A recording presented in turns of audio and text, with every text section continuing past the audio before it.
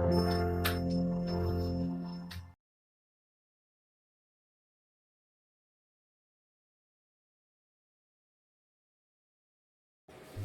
Friends, welcome back to my YouTube channel study art hub. आज डिस्कस करने वाली हूँ देवकी नंदन शर्मा, आर्टिस्ट देवकी नंदन शर्मा के बारे में। लास्ट क्लास में केसीएस पानीकर, हरिहर लाल मेड और बहुत सारे महत्वपूर्ण कलाकार कंप्लीट हो गए।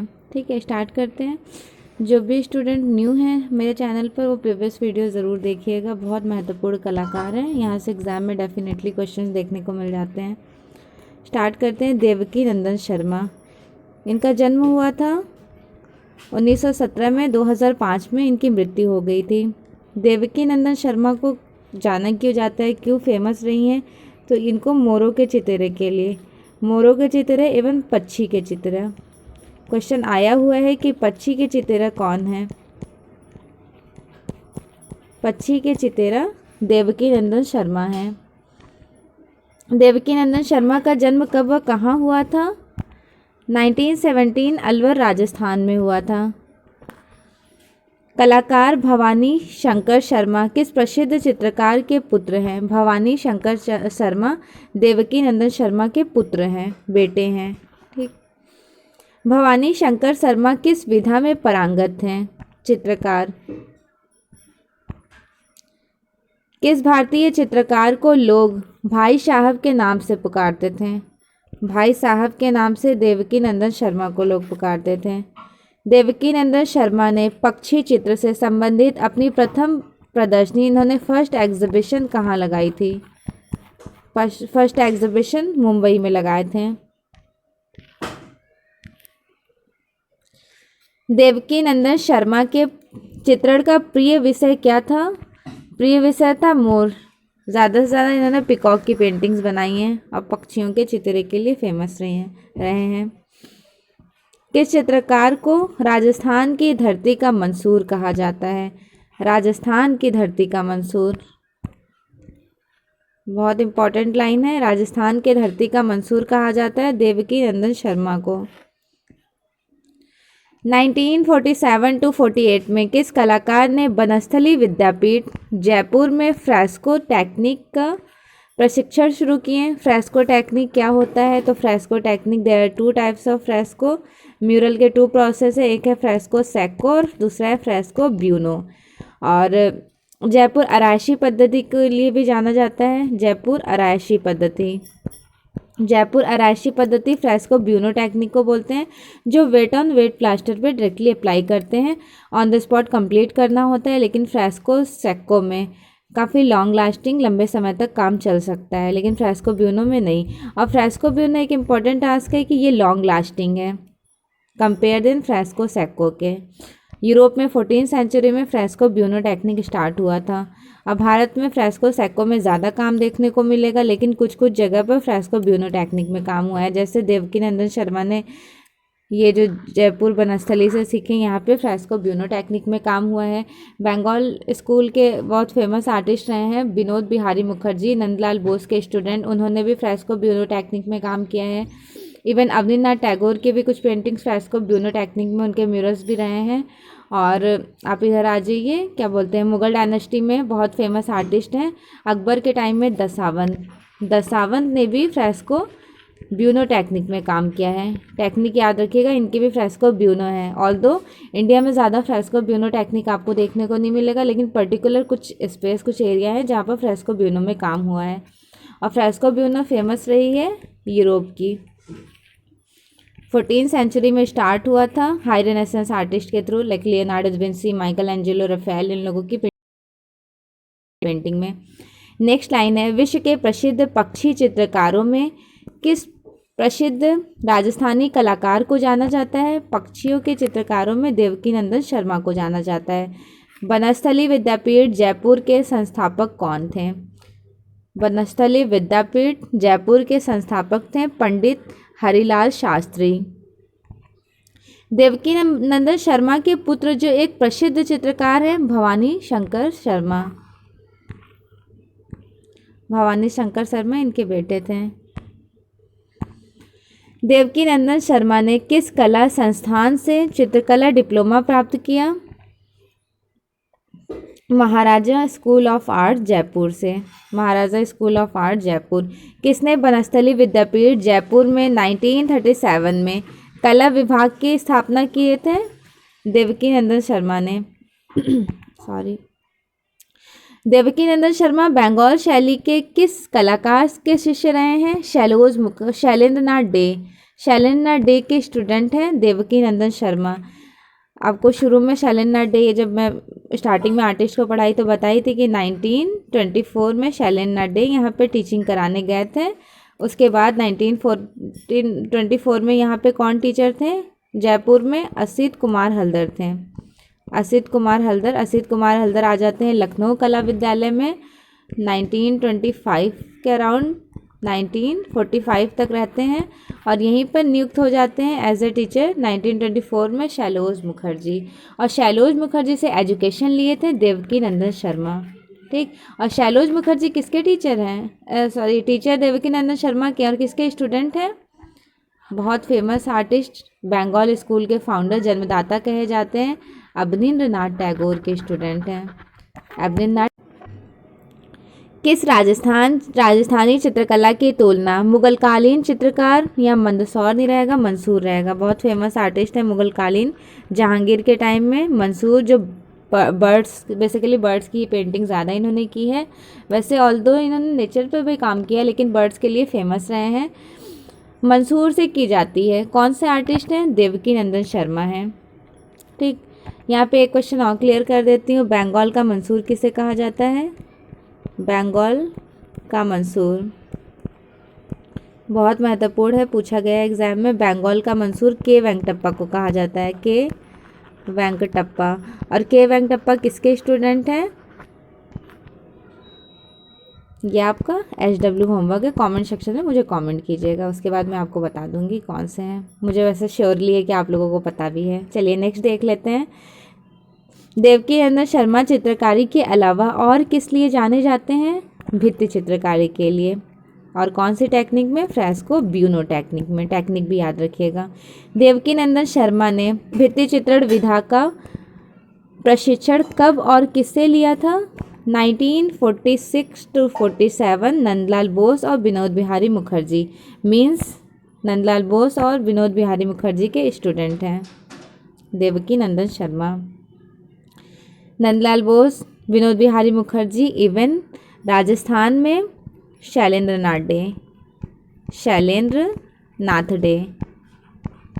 और ये तीनों नंदलाल बोस और शैलेंद्र नाथ डे अवनींद्रनाथ टैगोर के स्टूडेंट हैं और विनोद बिहारी मुखर्जी नंदलाल बोस के स्टूडेंट हैं। और इन तीनों लोगों से एजुकेशन लिए थे देवकी नंदन शर्मा। टीचर और स्टूडेंट का रिलेशनशिप भी याद रखिएगा, वहाँ से भी क्वेश्चन आ जाते हैं एग्जाम में। नेक्स्ट लाइन है, देवकी नंदन शर्मा ने किस टेक्निक में भित्ति चित्रकारी की? जयपुर आराइशी पद्धति, दैट मीन्स इन्होंने फ्रेस्को ब्यूनो टेक्निक में काम किया है ना। चलिए, जयपुर फ्रेस्को टेक्निक में। राजस्थान के पक्षी चित्रकार जिन्हें बर्ड पेंटर कहा जाता है वो कौन सा आर्टिस्ट है? देवकी नंदन शर्मा है। टाइम ड्यूरेशन है 1947 में बनाए गए प्रसिद्ध म्यूरल, बहुत फेमस म्यूरल है मेडाइवल हिंदू सन। ऑल्दो आपको पता ही है कि ये किसका म्यूरल है। हिंदी भवन में शांति निकेतन में चित्रित है विनोद बिहारी मुखर्जी का म्यूरल। और सहायक कौन थे साथ में? हेल्पर, तो उनके ही स्टूडेंट देवकी नंदन शर्मा थे, जिन्होंने विनोद बिहारी मुखर्जी ने मेडाइवल हिंदू संत म्यूरल बनाए हैं।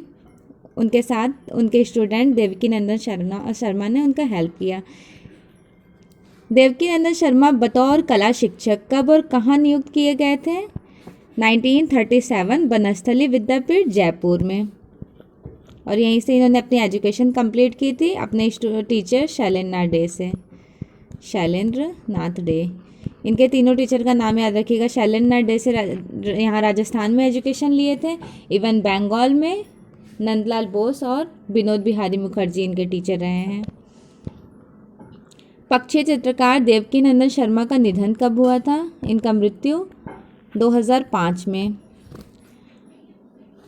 प्रमुख भित्ति चित्र ढोला मारू, बहुत फेमस है ढोला मारू, मेवाड़ का। 1964 में जयपुर रेलवे स्टेशन पर ढोला मारू चित्रित किए थे देवकी नंदन शर्मा। देखिए ढोला मारू के बारे में मैं थोड़ा डिस्क्राइब करूँगी, बहुत इम्पॉर्टेंट है। ढोला मारू बहुत महत्वपूर्ण रहा है, इसके बारे में थोड़ा डिस्क्राइब करूँगी। ढोला मारू का जो टाइम ड्यूरेशन रहा है एग्जैक्ट 1650 से 1660 तक, 1660 तक जैसलमेर में रावल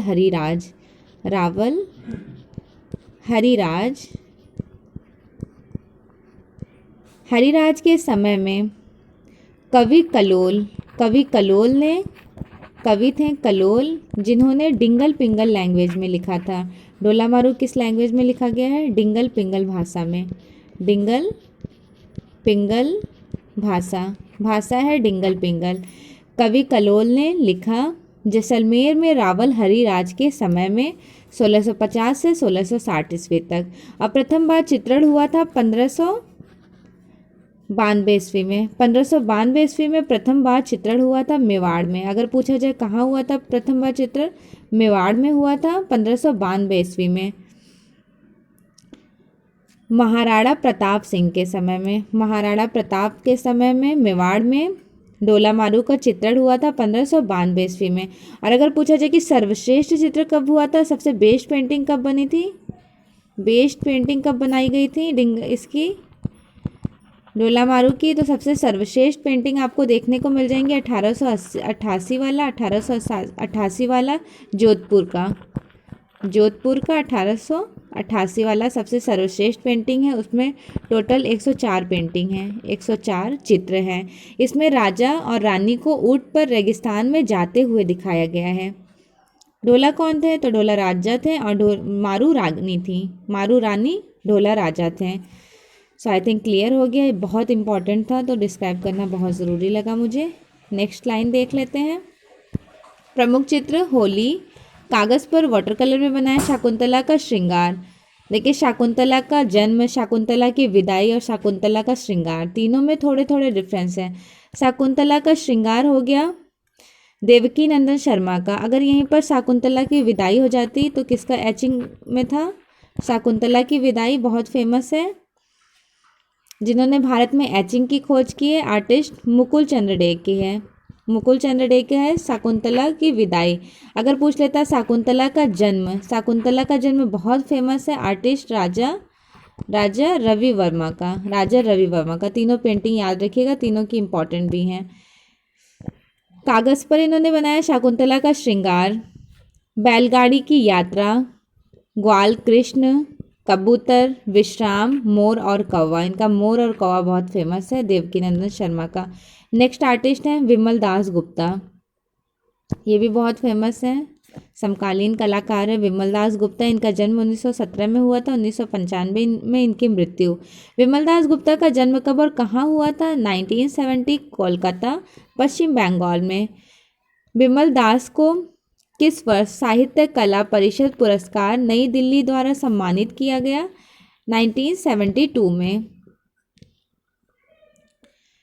विमल दास ने कोलकाता आर्ट्स कॉलेज से किस अवधि में चित्रकला डिप्लोमा की कब पूरा किया था? 1937 to 43। विमल दास ने प्रमुख रूप से किस माध्यम में चित्रकारी की थी? तो वाटर कलर के लिए फेमस रहे हैं। विमल दास गुप्ता को आईफैक्स न्यू दिल्ली कला संस्थान द्वारा कला रत्न सम्मान से सम्मानित किया गया था 1988 में। आईफैक्स जो है all India fine arts and craft society, वहाँ से कला रत्न मिला था विमल दास को 1988 में। राष्ट्रीय ललित कला एकेडमी न्यू दिल्ली में विमल दास को कब राष्ट्रीय पुरस्कार से सम्मानित किया गया? 1956 में। विमल दास ने लगभग कितने वर्ष तक college of arts new Delhi में प्रशिक्षण कार्य किए थे? 14 ईयर, टोटल 14 साल तक, 14 वर्ष तक। विमल दास गुप्ता कहाँ से संबंधित चित्रकार हैं? कोलकाता से संबंधित चित्रकार हैं। विमल दास गुप्ता किस पत्रिका के सहायक निदेशक रहे थे?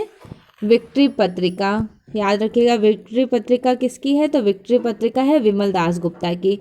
विमल दास गुप्ता प्रमुख रूप से किस लिए जाने जाते हैं? एब्स्ट्रैक्ट दृश्य चित्रकार के लिए, मीन्स एब्स्ट्रैक्ट लैंडस्केप के लिए फेमस रहे हैं विमल दास गुप्ता। विमल दास गुप्ता किस वर्ष ललित कला एकेडमी न्यू दिल्ली के फेलो चुने गए? 1989 में। विमल दास गुप्ता ने चित्रकला का प्रशिक्षण कहाँ से प्राप्त किया? कोलकाता आर्ट्स कॉलेज से। कोलकाता आर्ट्स कॉलेज से। विमल दास गुप्ता ने कब से कब तक दिल्ली आर्ट्स कॉलेज में कला शिक्षण पद पर रहकर सेवाएं दिए थे? 1963 टू 1977। विमल दास गुप्ता एक प्रसिद्ध क्या थे? एक प्रसिद्ध लैंडस्केप आर्टिस्ट थे, मीन्स दृश्य चित्रकार थे। इनके प्रमुख चित्र है सांथाल गांव, ऑयल कलर में बनाए थे 1938 में। सांथाल फैमिली रामकिंकर बैच की है। सांथाल महिला के चित्रण कौन करते हैं? सांथाल स्त्रियों के चित्रण कौन सबसे ज़्यादा बनाते हैं? ये सब बहुत इंपॉर्टेंट है, ये आपका SW होमवर्क है, आप कमेंट सेक्शन में ज़रूर कमेंट कीजिएगा मुझे। नेक्स्ट है कैक्टस, ऑयल कलर में बना है 1972 में। फ्रांसीसी ऑयल कलर में 1979 में। मीरा का मंदिर वाटर कलर में बना है 1940। ये जो है सांथाल गांव, सांथाल फैमिली भी हमने बताया। सांथाल फैमिली, सांथाल स्त्रियों की सबसे ज़्यादा पेंटिंग कौन बनाता है, ये भी हमने बताया था जब हम समकालीन कला के क्वेश्चंस करा रहे थे। और सांथाल स्त्रियों की सबसे ज़्यादा पेंटिंग किसने बनाई है? ये चारों इंपॉर्टेंट है, कमेंट सेक्शन में ज़रूर कमेंट कीजिएगा। एंड आई होप सो आपको क्लियर भी होगा, याद भी होगा जो हमने डिस्क्राइब किया था। चलिए नेक्स्ट देखते हैं ए अलमेलकर। नेक्स्ट है ए अलमेलकर। 1920 में जन्म हुआ, 1982 में इनकी मृत्यु हुई। ए अलमेलकर का जन्म कब और कहाँ हुआ था? 1920 अहमदाबाद गुजरात में। ए अलमेलकर की प्रथम प्रदर्शनी फर्स्ट एग्जीबिशन कब और कहाँ हुई थी? 1948 बॉम्बे आर्ट सोसाइटी मुंबई में हुई थी। ए अलमेलकर का पूरा नाम क्या था? इनका पूरा नाम था अब्दुल रहीम अप्पा भाई अलमेलकर। अब्दुल रहीम अप्पा भाई अलमेलकर ए अलमेलकर का नाम था। ए अलमेलकर को किस प्रदर्शनी में राज्यपाल पुरस्कार से सम्मानित किया गया था? इनको बॉम्बे आर्ट सोसाइटी में प्रथम प्रदर्शनी में राज्यपाल अवार्ड मिला था। अप्पा भाई अलमेलकर प्रारंभिक शिक्षा कहाँ से प्राप्त किए थे? सोलापुर महाराष्ट्र से। सोलापुर महाराष्ट्र, जहाँ पर M.F. Hussain, contemporary artist M.F. Hussain का जन्म हुआ था। नेक्स्ट लाइन है अलमेलकर को उनकी किस कलाकृति के लिए 1954 में बॉम्बे आर्ट सोसाइटी का स्वर्ण पदक प्राप्त हुआ था? पूर्णिमा के लिए। अप्पा भाई अलमेलकर कहाँ से संबंधित चित्रकार थे, कलाकार थे? मुंबई से। अलमेलकर की चित्र शैली किन कलाकारों से काफ़ी प्रभावित रही है? वाल्टर लैंग हैंगर और NS बेंद्रे से काफ़ी प्रभावित। अब ये वाल्टर लैंग हैंगर कौन है? ये इंडियन नहीं थे, और ये थे कौन? तो ये थे SH रज़ा। SH रज़ा आपको पता ही है, SH रज़ा पैक ग्रुप के मेंबर हैं। उनके टीचर थे वाल्टर लैंग हैमर।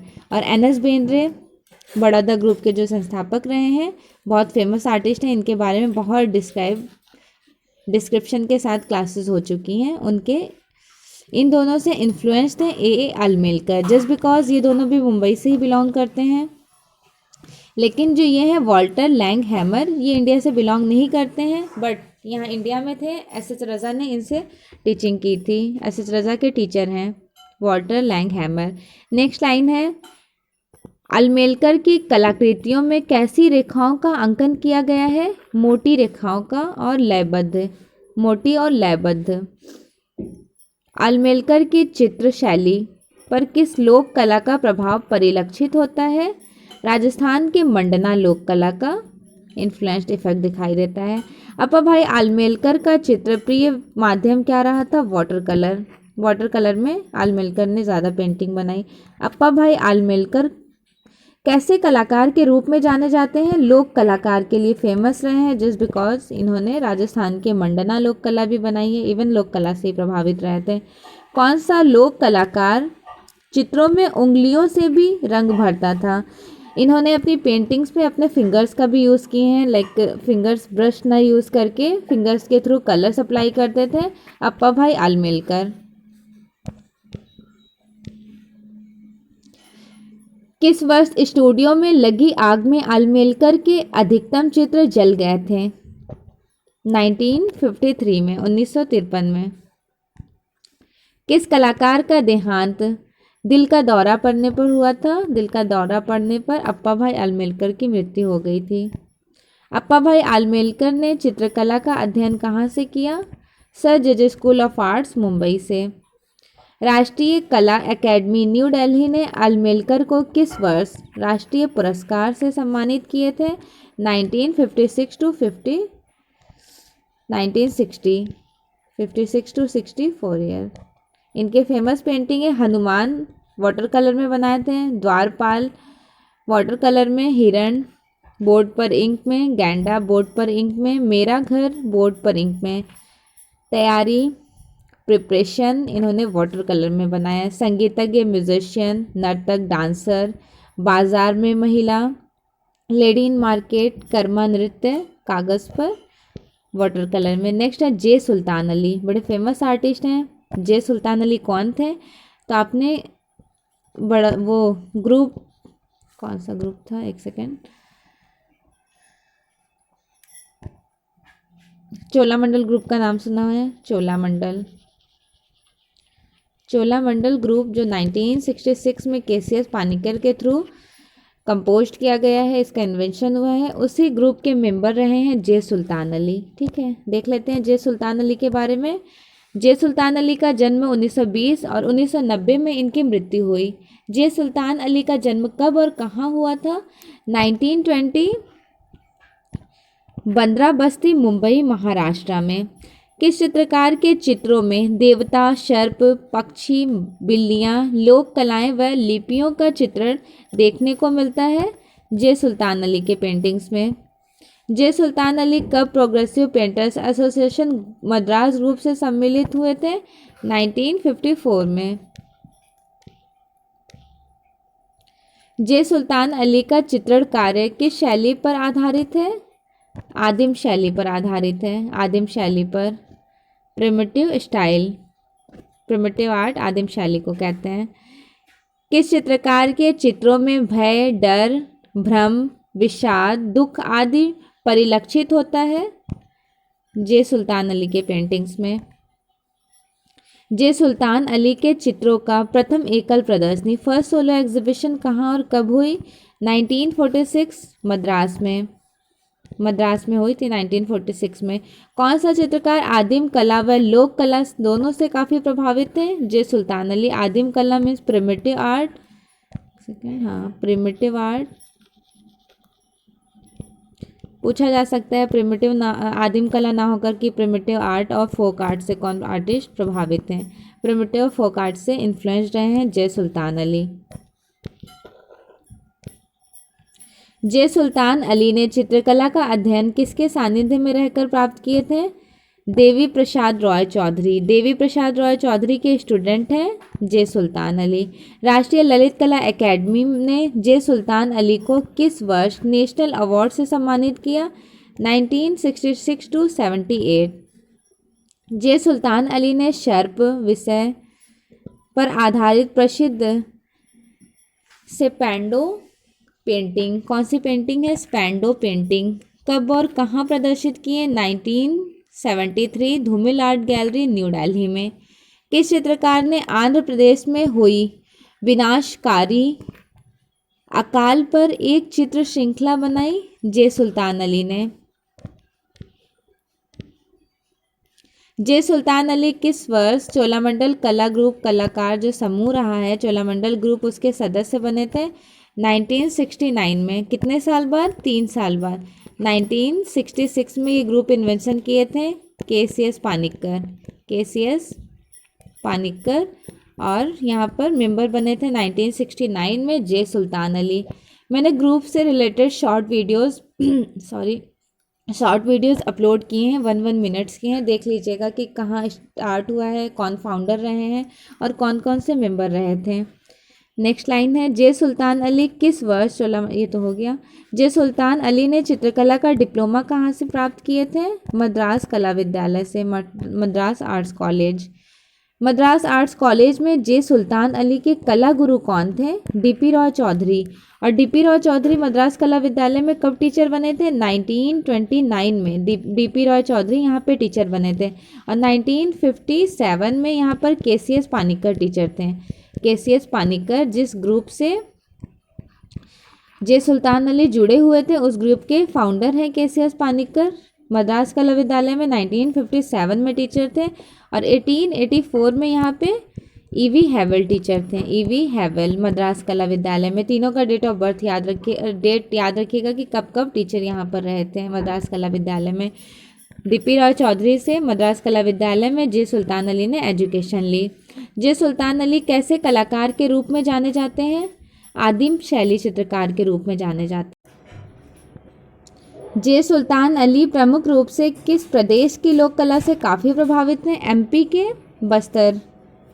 के बस्तर ज़िले से। और छत्तीसगढ़ का जो बस्तर ज़िला है वहाँ से कौन से आर्टिस्ट बहुत प्रभावित रही हैं डोगरा कास्टिंग के लिए, वो भी यहाँ पे मेंशन कर देते हैं। यहाँ कंफ्यूज नहीं होइएगा, देखिए यहाँ पे लोक कला बस्तर ज़िले की बात हो रही है, एमपी से प्रभावित हैं जे सुल्तान अली। लेकिन जो डोगरा कास्टिंग टेक्निक है, डोगरा कास्टिंग, उसके लिए मीरा मुखर्जी बड़ी फेमस है। मीरा मुखर्जी। और मीरा मुखर्जी डोगरा कास्टिंग में काम करती हैं। कौन से जगह से फेमस रही हैं ये डोगरा कास्टिंग? तो ये बस्तर से इन्होंने डोगरा कास्टिंग छत्तीसगढ़ से सीखा था। और ये मध्य प्रदेश वाला बस्तर है, दोनों में बहुत डिफरेंस है, लेकिन मैंने एक्सप्लेन कर दिया, बस्तर नेम आ गया था इसलिए। पूछा हुआ क्वेश्चन था मीरा मुखर्जी वाला, इसलिए मैं बता दी। नेक्स्ट है, जे सुल्तान अली ने किस अवधि में मद्रास आर्ट्स कॉलेज से चित्रकला डिप्लोमा पूरा किए थे? 1939 to 45। इनके प्रमुख चित्र श्रृंखला है नागा, पंचिका श्रृंखला, गणेश श्रृंखला इनकी है। और पीवी जानकी रमन की तांबे में बनाई गई है गणेशा, वो भी बहुत फेमस है। नेक्स्ट है नीली, नागिनी, गज जातक, अग्निरूप, नागराजा, बिंदु, आदिवासी, पूजा, शंकर बैलगाड़ी, भिखारी लड़की, पहला पाप, नागविद, सन एंड मून, सेपेंडो पेंटिंग, स्पेंडो 1973 में बनाए थे। Nag Panchami, oil on canvas 1973। Submission, tempera technique जो नगमा में एग्जिबिट है न्यू दिल्ली में। नेक्स्ट आर्टिस्ट है आर के लक्ष्मण, बहुत फेमस है आर के लक्ष्मण। देखिए थोड़ा, हाँ, आर के लक्ष्मण क्यों फेमस रहे हैं? कार्टूनिंग के लिए। पूछा जाता है ना, व्यंग्य चित्रकार, कार्टूनिस्ट, पेंटिंग आर्टिस्ट को पहचानिए, इस तरह का क्वेश्चन बहुत आता है एग्जाम में, उसके लिए आर के लक्ष्मण बहुत फेमस है। इनके बारे में भी देख लेते हैं, महत्वपूर्ण कलाकार है। 1921 में इनका जन्म हुआ, 2015 में इनकी मृत्यु। आर के लक्ष्मण का जन्म कब और कहाँ हुआ था? 1921 मैसूर कर्नाटका में। आर के लक्ष्मण का पूरा नाम क्या है? रसीपुर कृष्ण स्वामी लक्ष्मण, ये याद रखिएगा, फुल फॉर्म पूछा जाता है आर्टिस्ट का। ये आया हुआ क्वेश्चन है, इवन पूछा गया है ये। रसीपुरम कृष्ण स्वामी लक्ष्मण आर के लक्ष्मण का फुल नेम है। आर के लक्ष्मण किस लिए जाने जाते हैं? व्यंग्य चित्रकार मीन्स कार्टूनिस्ट के लिए जाने जाते हैं। आर के लक्ष्मण को किस वर्ष रेमन मैग्सेसे पुरस्कार से पुरस्कृत किया गया था? 1984 में। किस कार्टूनिस्ट को उनकी प्रसिद्ध रचना द कॉमन मैन के लिए जाना जाता है? The common man are K Laxman की है, बहुत इंपॉर्टेंट है the common man are K Laxman की। Are K Lakshman the common man इन्होंने बनाई है कार्टूनिंग में। आर के लक्ष्मण को किस वर्ष भारत सरकार ने पद्म भूषण सम्मान से सम्मानित किया? 1973 में। प्रसिद्ध आत्मकथा the tunnel of time, the tunnel of time किस कलाकार से संबंधित है? The tunnel of time R K Laxman. Are K Lakshman के भाई जो प्रसिद्ध उपन्यासकार रहे हैं? आर के नारायण। आर के लक्ष्मण के व्यंग्य चित्रों पर किस प्रसिद्ध कार्टूनिस्ट का प्रभाव था? ब्रिटेन के सर डेविड ला से इन्फ्लुएंस थे आर के लक्ष्मण, इन्होंने भी कार्टूनिंग की है। आर के लक्ष्मण की आत्मकथा का नाम क्या है? आर के लक्ष्मण की आत्मकथा का नाम है the tunnel of time. The tunnel of time बहुत महत्वपूर्ण है, आर के लक्ष्मण की है, ये आया हुआ है एग्जाम में। आर के लक्ष्मण ने अंशकली कार्टूनिस्ट के रूप में किस न्यूज़पेपर के लिए काम करना शुरू किए थे? The times of India newspaper के लिए। The times of India newspaper के लिए इन्होंने काम किया कार्टूनिस्ट में। आर के लक्ष्मण के व्यंग्य चित्रों का सबसे प्रसिद्ध पात्र कौन सा रहा? The common man. अच्छा देखिए, व्यंग्य चित्र बेसिकली होता क्या है? कोई भी ऐसी पेंटिंग जिसे आपको देख के हंसी आ जाए, इसमें कार्टून्स वगैरह को रिप्रेजेंट किया जाए, उसे ही बोलते हैं व्यंग्य चित्र, मीन्स कार्टूनिस्ट पेंटिंग। ठीक है। मुंबई की पत्रिका द फ्री प्रेस में कार्य करने में आर के लक्ष्मण के सहयोगी कार्टूनिस्ट कौन थे? बाल ठाकरे थे। ये भी पूछा गया है, बाल ठाकरे वाला क्वेश्चन भी। बाल ठाकरे भी फेमस कार्टूनिस्ट रहे हैं। इम्पॉर्टेंट लाइन है। नेक्स्ट देख लेते हैं, किस भारतीय व्यंग्य चित्रकार को दिल्ली का चितकबरा मुरलीवाला कलाकार के नाम से जाना जाता है? आर के लक्ष्मण को क्या कहा जाता है? दिल्ली का चितकबरा मुरलीवाला। आर के लक्ष्मण ने अपना अंशकालिक कैरियर किस रूप में शुरू किए थे? कार्टूनिस्ट के रूप में। ठीक है, कार्टूनिस्ट के लिए फेमस रहे हैं are K Lakshman. Even exam में हमेशा पूछा जाता है ये क्वेश्चन कि कार्टूनिस्ट आर्टिस्ट को पहचानिए, कौन से आर्टिस्ट कार्टून बनाते हैं, या आर के लक्ष्मण कौन रहे हैं? तो बेसिकली कार्टूनिस्ट के लिए फेमस रहे हैं। आर के लक्ष्मण की पत्नी जो प्रसिद्ध भारतनाट्यम नर्तकी हैं, क्या है? भारतनाट्यम नर्तकी। उनका नाम है कमला लक्ष्मण। कमला लक्ष्मण आर के लक्ष्मण की वाइफ है, भारतनाट्यम नर्तकी। भारत सरकार ने आपको किस वर्ष पद्म विभूषण सम्मान से सम्मानित किया? इनको पद्म विभूषण अवार्ड मिला था 2005 में। किस भारतीय कार्टूनिस्ट का संबंध the times of India newspaper से रहा था? तो आपने भी ऊपर पढ़ाई है, the times of. Are K Lakshman एक प्रसिद्ध व्यंग्य चित्रकार मीन्स कार्टूनिस्ट चित्र बनाने के लिए प्रसिद्ध है। किन पत्रिकाओं में प्रकाशित किए जाते थे इनके cartoonist? Swaraj, the stand, Punch, tie and bits, wide world. R K Laxman की मृत्यु कब और कहाँ हुई थी? 2015 पुणे में हुई थी। 2015 पुणे में। इनके प्रसिद्ध व्यंग्य चित्र हैं the best of Laxman series, hotel Riviera, the messenger, sweats of India, the messenger, फिर sweats of India. The messenger और भी बहुत फेमस रहा है, किसका रहा है बताइए? बहुत फेमस आर्टिस्ट हैं जो भित्ति चित्रकार के लिए बहुत फेमस थे, बहुत महत्वपूर्ण कलाकार हैं। कमेंट सेक्शन में ज़रूर कमेंट कीजिएगा कि द मैसेंजर किसकी है। इवन मैंने आपको पढ़ा भी दिया है काफ़ी अच्छे से। जिनकी पेंटिंग है द डिपार्चर ऑफ मीरा, इतना आपको हिंट दे दी, द डिपार्चर ऑफ मीरा किसकी पेंटिंग है? उन्होंने ही द मैसेंजर भी बनाई है। चलिए नेक्स्ट आर्टिस्ट देख लेते हैं, दीपेन घोष।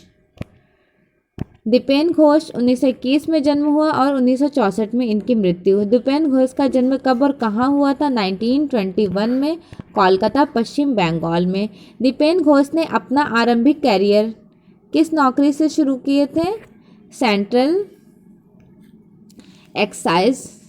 एक्साइज सर्विस, कोलकाता से। अपने तैलविदा का प्रशिक्षण किससे प्राप्त किया? आपने तैलविदा का प्रशिक्षण किससे प्राप्त किया? देवी प्रसाद रॉय चौधरी से इन्होंने ऑयल कलर सीखे थे। दीपेन घोष दैट मीन्स देवी प्रसाद रॉय के स्टूडेंट हैं।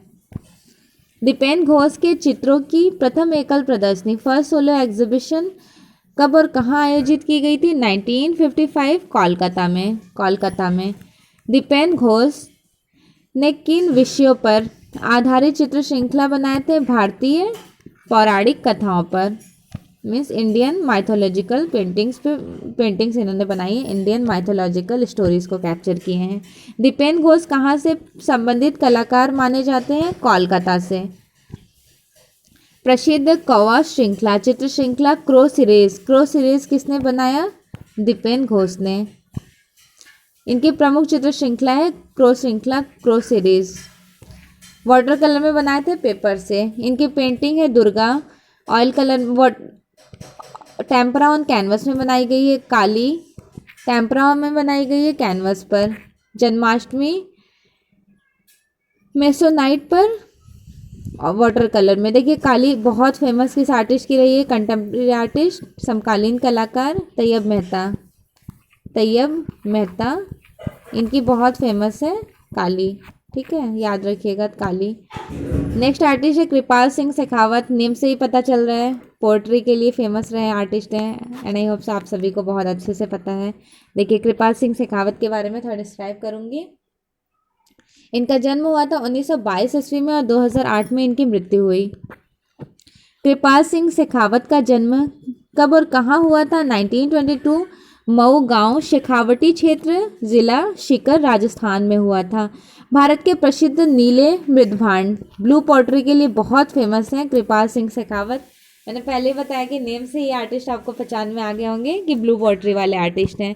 ब्लू पोएट्री वाले कलाकार के रूप में कौन जाना जाता है? कृपाल सिंह शेखावत।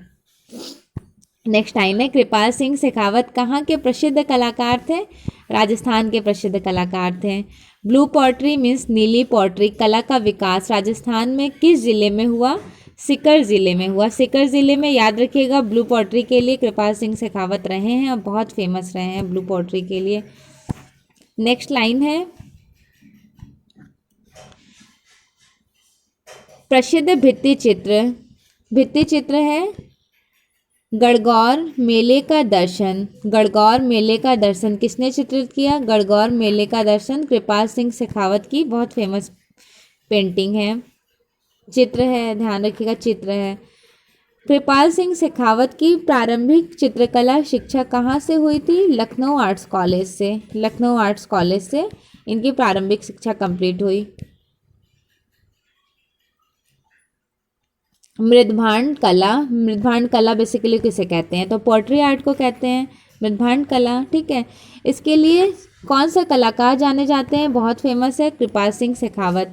कृपाल सिंह शेखावत ने अपनी पहली कलाकृति कौन सी निर्मित की थी? बाबूजी राठौर का विवाह, इनकी बहुत महत्वपूर्ण है। बाबूजी राठौर का विवाह कृपाल सिंह शेखावत की फर्स्ट पेंटिंग है, इनकी फर्स्ट पेंटिंग है, पहली कलाकृति। भारतीय संविधान की मूल प्रतियों को चित्रित करने में नंदलाल बोस के सहयोग के साथ कौन रहे थे? तो कृपाल सिंह शेखावत रहे थे। एक बार और इस लाइन को देख लीजिए, बहुत इंपॉर्टेंट है। भारतीय संविधान की मूल प्रतियों को चित्रित करने में नंदलाल बोस के सहयोग कौन रहे? तो नंदलाल बोस के हेल्प किए थे कृपाल सिंह शेखावत ने, और बहुत फेमस रहा है इनका भारतीय संविधान जो पेंटिंग्स कैप्चर किए थे नंदलाल बोस। राजस्थान में ब्लू पोएट्री का विकास किस शासक के समय में हुआ था? ब्लू पोएट्री सवाई राम सिंह के समय में। सवाई राम सिंह के समय में ब्लू पोएट्री का विकास हुआ था, एक्सप्लोर हुआ था ब्लू पोएट्री पे जो काम किया जाता था। हाथी दांत पर चित्रण करने के लिए किस राजस्थानी कलाकार को जाना जाता है? देखिए इन्होंने आइवरी टीथ पर भी मीन्स आइवरी शीट पे भी काम किया है। आइवरी शीट वो वाली पेंटिंग जो हम लोग बनाते हैं वो वाली आइवरी शीट नहीं, हाथी के दांत वाली आइवरी। हाथी के दांत मीन्स आइवरी पे भी काम किया है। पूछा जाए कि कौन से आर्टिस्ट हैं जो राजस्थान में आइवरी पर भी काम किए हैं, तो वो आर्टिस्ट हैं कृपाल सिंह शेखावत। कृपाल सिंह शेखावत को किस वर्ष भारत सरकार द्वारा शिल्प गुरु की अवधि से सम्मानित किया गया था? 2002 में। अच्छा एक बात और क्लियर यहाँ पे करूँगी। अब आप सोच रहे होंगे हाथी दांत, इस पे कैसे पेंटिंग बनाई जा सकती है? ये तो खुद ऑलरेडी इतना सॉफ्ट होता है। तो देखिए पहले हाथी दांत जो होता है उसे अच्छे से उसकी घिसाई की जाती है। किससे की जाती है? तो एक फ़ेन होता है, झाग होता है, समुद्री फ़ेन, उससे उसको क्लीन किया जाता है। जब वो अच्छे से क्लीन हो जाता है, शार्प हो जाता है, तो उस आइवरी शीट पर पेंटिंग की जा सकती है, इंग्रेविंग किया जा सकता है, ठीक है। उसमें काम किए थे कृपाल सिंह शेखावत। आइवरी का मैंने 1 मिनट का शॉर्ट वीडियो अपलोड किया हुआ है, देखिएगा आइवरी किस तरह से उस पर पेंटिंग बनाई जाती है। नेक्स्ट है कृपाल सिंह शेखावत को किस वर्ष भारत सरकार द्वारा शिल्प गुरु की उपाधि का सम्मान मिला था, सम्मानित किया गया था? 2002 में शिल्प गुरु का सम्मान मिला। और शिल्प गुरु के लिए बहुत फेमस आर्टिस्ट कौन रहे हैं बंगाल में? अवनींद्रनाथ टैगोर। अवनींद्रनाथ टैगोर को किस लिए जाना जाता है? शिल्प गुरु के नाम से। और शिल्प कथा, शिल्प चर्चा और इस तरह का जो बुक है, इलस्ट्रेशन बुक है, वो है नंदलाल बोस का। और शिल्प गुरु को जाना जाता है बंगाल में अवनींद्रनाथ टैगोर को। और शिल्प गुरु की अवार्ड मिला था कृपाल सिंह शेखावत को। कौन सा भारतीय कलाकार जयपुर स्थित सवाई राम सिंह कला मंदिर का निर्देशन भी रहा? कौन से आर्टिस्ट रहे थे? कृपाल सिंह शेखावत। एक बार और इस लाइन को देख लीजिए। पूछा जा रहा है कौन सा भारतीय कलाकार जयपुर स्थित सवाई राम सिंह मंदिर, राम सिंह का जो कला मंदिर है, राम सिंह ने कला मंदिर का जो निर्माण करवाया, उसके निर्देशन कौन रहे थे? कृपाल सिंह शेखावत रहे थे। कृपाल सिंह शेखावत ने कहाँ गणगौर मेले का दर्शन भित्ति चित्र, गणगौर मेले का दर्शन भित्ति चित्र इन्होंने कहाँ पर बनाया? जयपुर रेलवे स्टेशन में। जयपुर रेलवे स्टेशन पे इन्होंने बनाया गणगौर मेले का दर्शन भित्ति चित्र। और भित्ति चित्र फ्रेस्को ब्यूनो टेक्निक में जयपुर रेलवे स्टेशन में ढोला मारू किसने बनाया? ढोला मारू अभी आप लोगों ने पढ़ा है, ढोला मारू। जल्दी कमेंट कीजिए किसने बनाया। चलिए नेक्स्ट लाइन देख लेते हैं। कृपाल सिंह शेखावत के प्रसिद्ध चित्र पर मुगल, राजपूत और जापान की यातो शैली है जापान की, इससे प्रभावित परिलक्षण दिखाई देते हैं पाबूजी राठौर के विवाह पेंटिंग में, जो इन्होंने सबसे फर्स्ट पेंटिंग बनाई थी। कृपाल सिंह शेखावत को भारतीय संविधान की पांडुलिपि को चित्रित करने के लिए नंदलाल बोस ने कब आमंत्रित किया था? जब नंदलाल बोस संविधान की पांडुलिपि रेडी कर रहे थे तो इनको बुलाए थे, आमंत्रित किए थे 1949 to 50 में। ब्लू पोएट्री, मिस नीला मृदभांड कला, इसके जनक किसे कहे जाते हैं? कृपाल सिंह शेखावत को। ब्लू पोएट्री के जन्मदाता कहे जाते हैं कृपाल सिंह शेखावत। कृपाल सिंह शेखावत ने शांति निकेतन में किसके सानिध्य में रहकर भित्ति चित्रकारी का प्रशिक्षण लिए थे?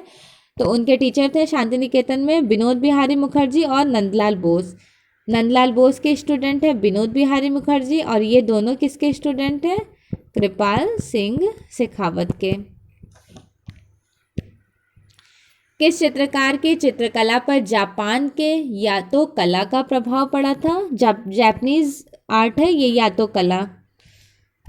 कृपाल सिंह शेखावत की पेंटिंग में देखने को मिलता है। कृपाल सिंह शेखावत को भारत सरकार ने किस वर्ष इनको पद्मश्री अवार्ड से पुरस्कृत किए थे? ये अवार्ड मिला था 1974 में। कृपाल सिंह शेखावत को भारत सरकार द्वारा पद्मश्री अवार्ड।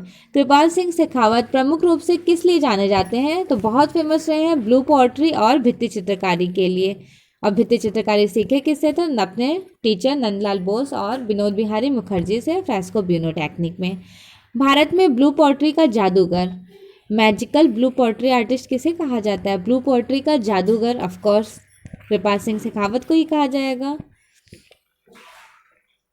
कृपाल सिंह शेखावत ने प्रारंभिक शिक्षा, इन्होंने चित्रकला शिक्षा कहाँ से ली थी? तो असित कुमार हल्दर से, लखनऊ में। शुरू में देखे थे लिखा हुआ था लखनऊ कला विद्यालय से इन्होंने प्रारंभिक अपने एजुकेशन स्टार्टिंग कर लिए थे। तो इनकी स्टार्टिंग के टीचर कौन रहेंगे?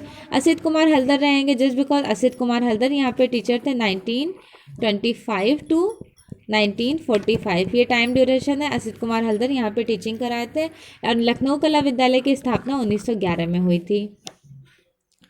कृपाल सिंह शेखावत को उनके ब्लू पोएट्री कला के योगदान के लिए किस वर्ष राष्ट्रपति पुरस्कार से सम्मानित किया गया?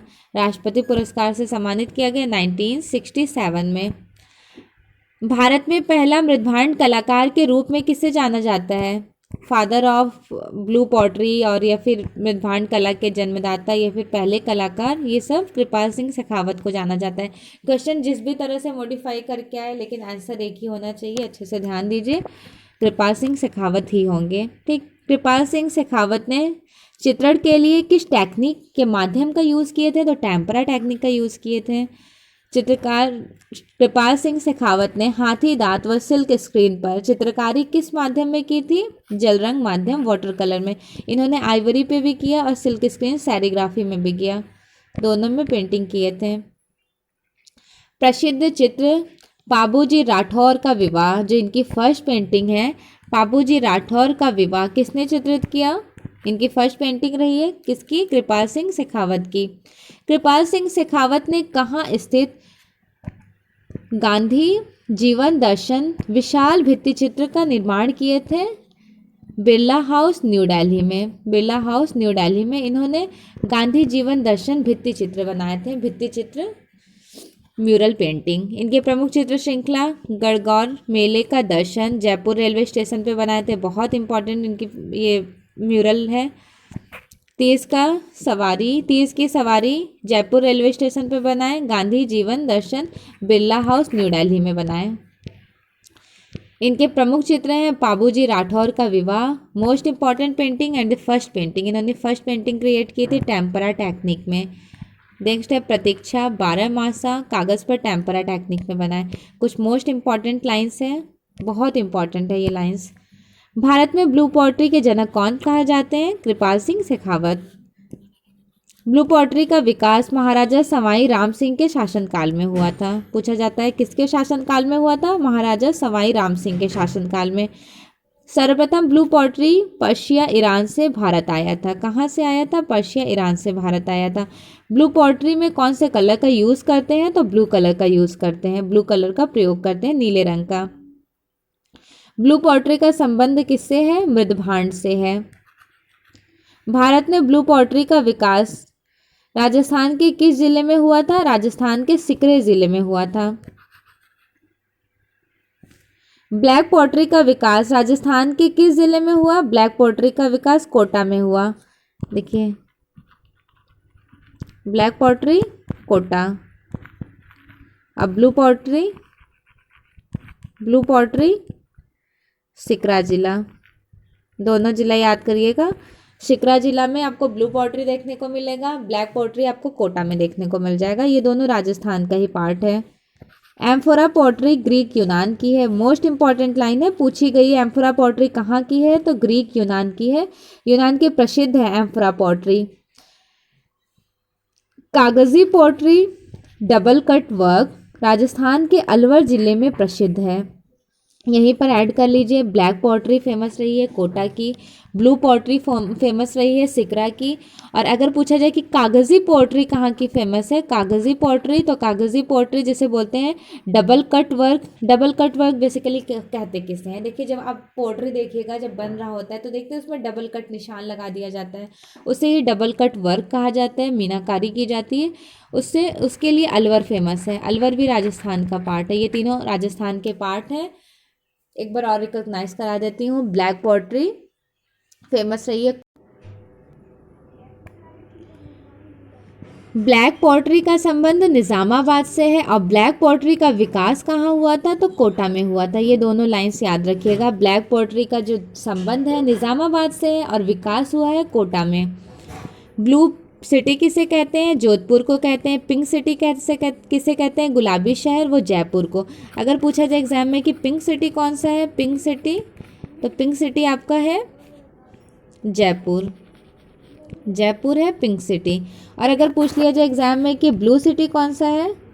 ब्लू सिटी फेमस रहा है जोधपुर। जोधपुर वो वाला जोधपुर जहाँ पर डोला मारू सबसे सर्वश्रेष्ठ पेंटिंग की गई है 1880 वाली। डोला मारू की पेंटिंग हुई है ना जोधपुर में, सबसे सर्वश्रेष्ठ 1880 वाली 104 पेंटिंग है यहाँ पर।